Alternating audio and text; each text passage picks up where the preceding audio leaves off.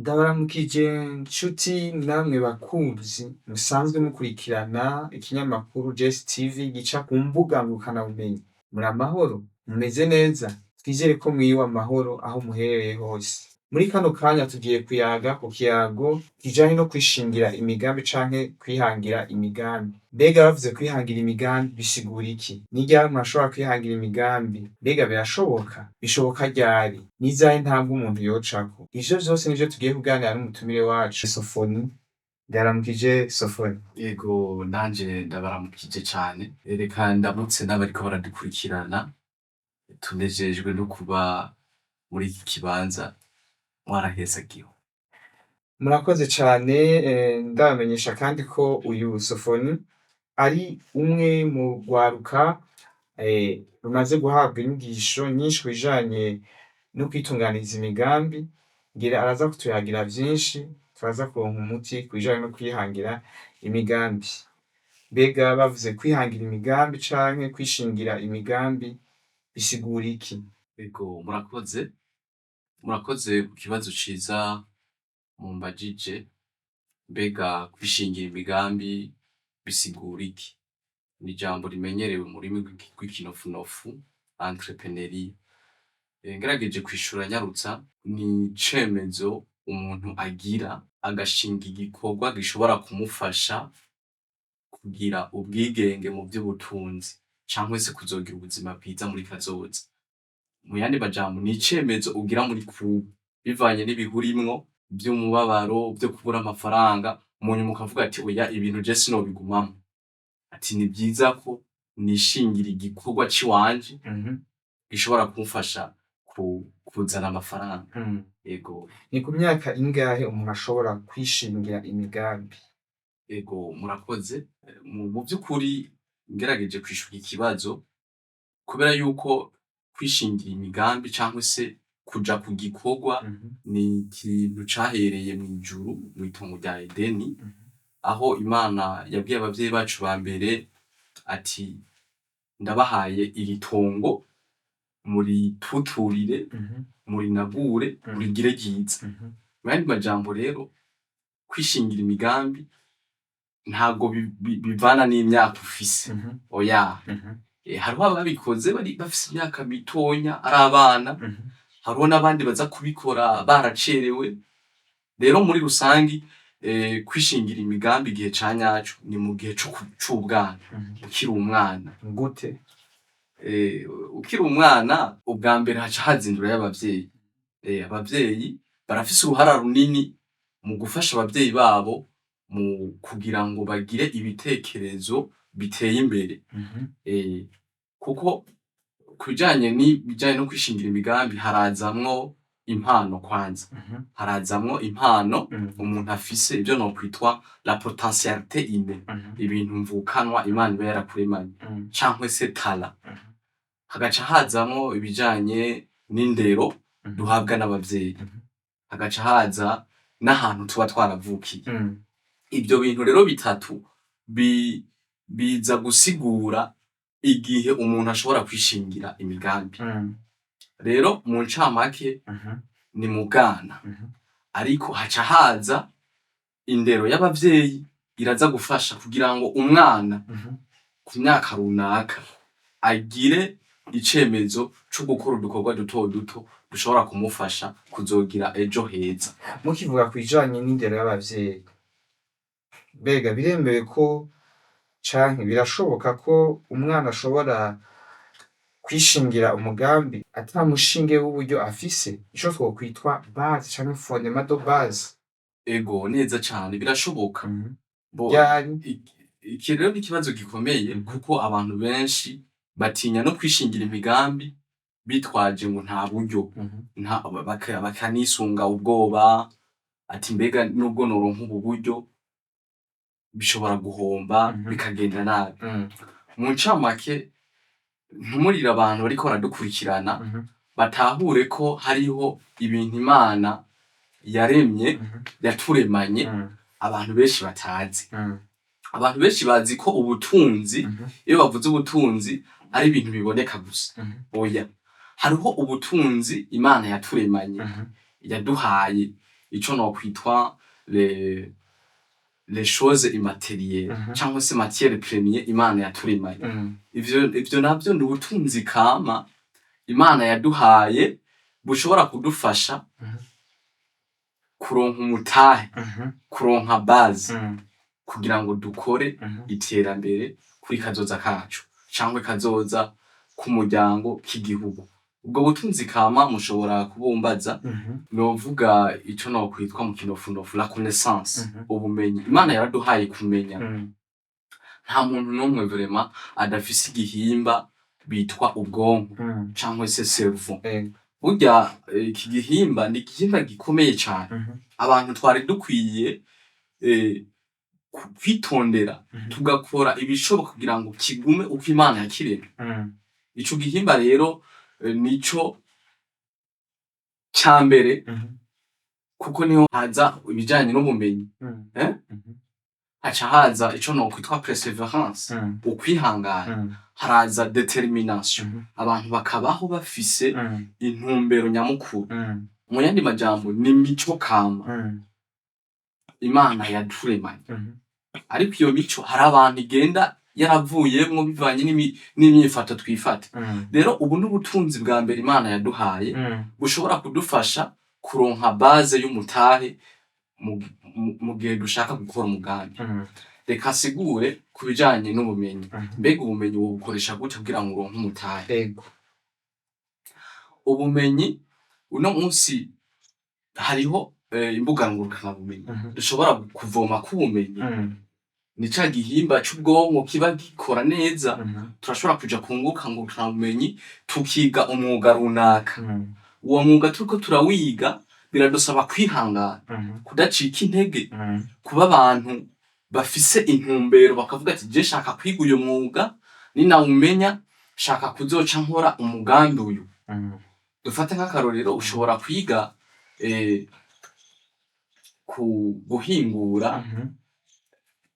guhingura ibiraya, ifu y'ibiraya kuko burya hari abantu rega benshi batazi ko ibiraya bishobora kuvamwo ifu abantu dufungura. Uno munsi abantu barakeneye gufungura. Abantu uno munsi barakeneye gufungura. Ushobora kwiga ukuntu bashobora guhingura ibiraya ukabikuramwo ifu abantu bafungura. Iyo ubyize ukabimenya, ubwo n'ubumenyi uronse, n'ubumenyi Imana iguhaye. Muri ico gihe ushobora kuja kubudandaza cyangwa se ugaca ushinga ihinguriro rishobora kugufasha guhingura iyo fu. Abantu bagaca baza kugushorera ukabura ronse amafaranga. Ego. Tukivuga nyene kw'ico kijanye no kuronka amafaranga, muri kino gihe haraboneka cane ubukene mu rwaruka, aho mbere urwaruka rumwe usanga rugiye kurongora canke kurongorwa rwaratevye canke se imyaka isa nk'iyarenze ku myaka 35, 40 kuduga. Mbega birashoboka ko urwaruka canke se umusore n'inkumi batangura urukundo canke bari mu rukundo bashobora kwishingira imigambi? Murakoze cane. Imbere yuko nishura ico kibazo, ni ikibazo gikomeye cane gihanze bakuru bacu, kuko mu Burundi turafise bakuru bacu bafise imyaka 40. Uriko urababaza impamvu, mu bisanzwe barakeneye kurongora kuko gushaka ni ikintu nkenerwa umuntu akenera. Umusore wari we wese uriko urankurikirana, ejo nimba no munsi utarabishaka, ejo uzobishaka kuko niko umubiri wacu ukozwe. Rero ubwa mbere mumenyesha makuru ngira mbanze mvuga iki kintu. Hari umuhinga yitwa Senegal yavuze ati il n'est pas de vent favorable pour celui qui ne sait où il va. Yavuze ko nta kayaga keza gashobora kubaho ku muntu atazi yariko araja. Abantu bwa mbere barakwiye kumenya ahantu bariko baraja. Ico ni cyane. Ico ni ikintu nyamukuru mu by'ukuri gihanze abakiri bato. Umva tubaho atantumbero dufise. Tugenda tutazi iyo turiko turaja. Bituma tuzimira. Bituma hari ahantu dutebera tutari gutebera. Ubwa mbere mpamagarire urwaruka babanze bashireho intumbero y'ahantu bifuza gushika. Kuko nta muntu ashobora kuzimira azi yariko araja, niko abarundi bavuze. Rero ngerageje rero kwishura ni vya bindi nyene ku bakiri bato bari mu nkundo uno munsi. Urukundo rw'uno munsi hari abarujamwo badafise intumbero, uravyumva? Bigatuma rero hari ahantu batebera canke baburanirwa bivanye n'uko ubwonko bwabo ntago buri bufise icemezo kuri aho hantu bashaka gushika, canke no kuri uwo muntu birashoboka. Ego ubwa mbere rero navuze ati abantu bose nibabanze bashireho icemezo c'ahantu bashaka gushika. Fata ikaramu wowe uriko urankurikirana, wicare mu cumba cawe wibaze ibibazo ati mbega shaka gushika hehe mu bijanye n'ubutunzi, mbega mu bijanye n'urukundo shaka gushika hehe. Turi kuri iyi ngingo y'urukundo. Nimba ufise mufise ingingo mwebwe mukundanye yo kubaka, yo gushingirana, nimufate ikaramu mwandike igihe mushaka kubaka, mwandike amatariki, mwandike n'ukwezi mushaka kuzobikoreramo. Fata ibikenewe kugira ngo urugo rubeho, bidondagure kuri aho hantu, kuri iyo karine, dondagura ivyo bintu bikenewe kugira ngo urugo rushobore kubeho. Ariko nko muri ico gihe bisaba bobidondagura bishimikije ya migambi bagomba kurangura kwijanye n'uburyo bwo kwishingira imigambi. Ubwa mbere ikintu co kwishingira imigambi kiragaruka mu rugo, kuko urumva mu rugo kugira ngo rubeho harakenewe amafaranga mu kumenyesha amakuru, harakenewe amafaranga yo kugira umushiri wawe azogume asa neza, yo kwiyunguruza, harakeneye amafaranga kugira ngo abana bazokwiga amashuri meza. Rero muri ico gihe bidondagure, uvuga ati shaka gushika kuri iyi ngingo bijanye n'ubutunzi.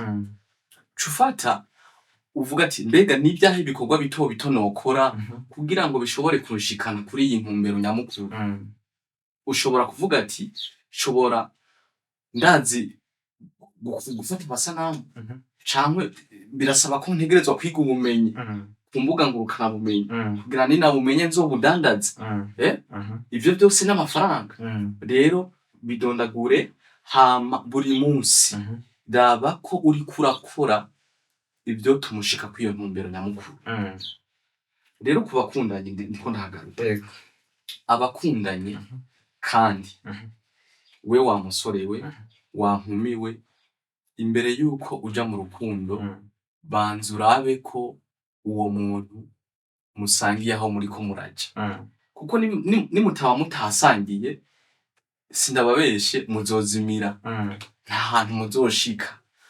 Kandi banza murabe ko muhuje ico nokwitwa mu rurimi rw'igifaransa point commun, hari ivyo determination, destin. Murabe ko muhuje intumbero. Nimwaba muyihuje mu vy'ukuri ndetse kubabesha muzoshika kure, kuko umwe azozana iki uwundi acamushigikira. Ariko nimutaba muhuje intumbero nyamukuru, wowe uzozana iki uwundi acayigwanya. Naho rero hari ikibazo. Rero mu basore mu guhitamwo twirabira inyuma gusa ibiboneka. Ariko nashase ndababwire yuko hari ubundi butunzi buri imbere butaboneka. Abantu twari dukwiye kuraba vya bindi navuga kare. Ego. Mu kurangiza n'akahe kamo ushobora gutera urwaruka kugira rushike kw'iterambere rirama, mu ntumbero yuko imigambi yabo yoja mu ngiro, ko kwishingira imigambi kwabo kokomera kukaja mu ngiro, maze rukagira kazoza keza n'imiryango yabo myiza. Ego murakoze cane mumenyesha amakuru ku kibazo ciza mumbajije. Ubwa mbere turiko turavuga ibi bintu abantu bokwibaza ko ari ibintu bidashoboka. Reka mbanze ndabaha akarorero k'umuntu yabayeho vyakunze. Mbere yari yavutse mu muryango ukenye cane. Mbere uburero ni bwinshi. Mbere wewe uriko urankurikirana ushobora no kuraba aho ubaye ushobora kuraba abantu bavutse mu muryango ukenye ariko bageze ku kintu gikomeye cane. Ivyo mu vy'ukuri si agashesheshwarumuri, birakunda. Kandi na twebwe turi ngaha turabihamya, birakunda.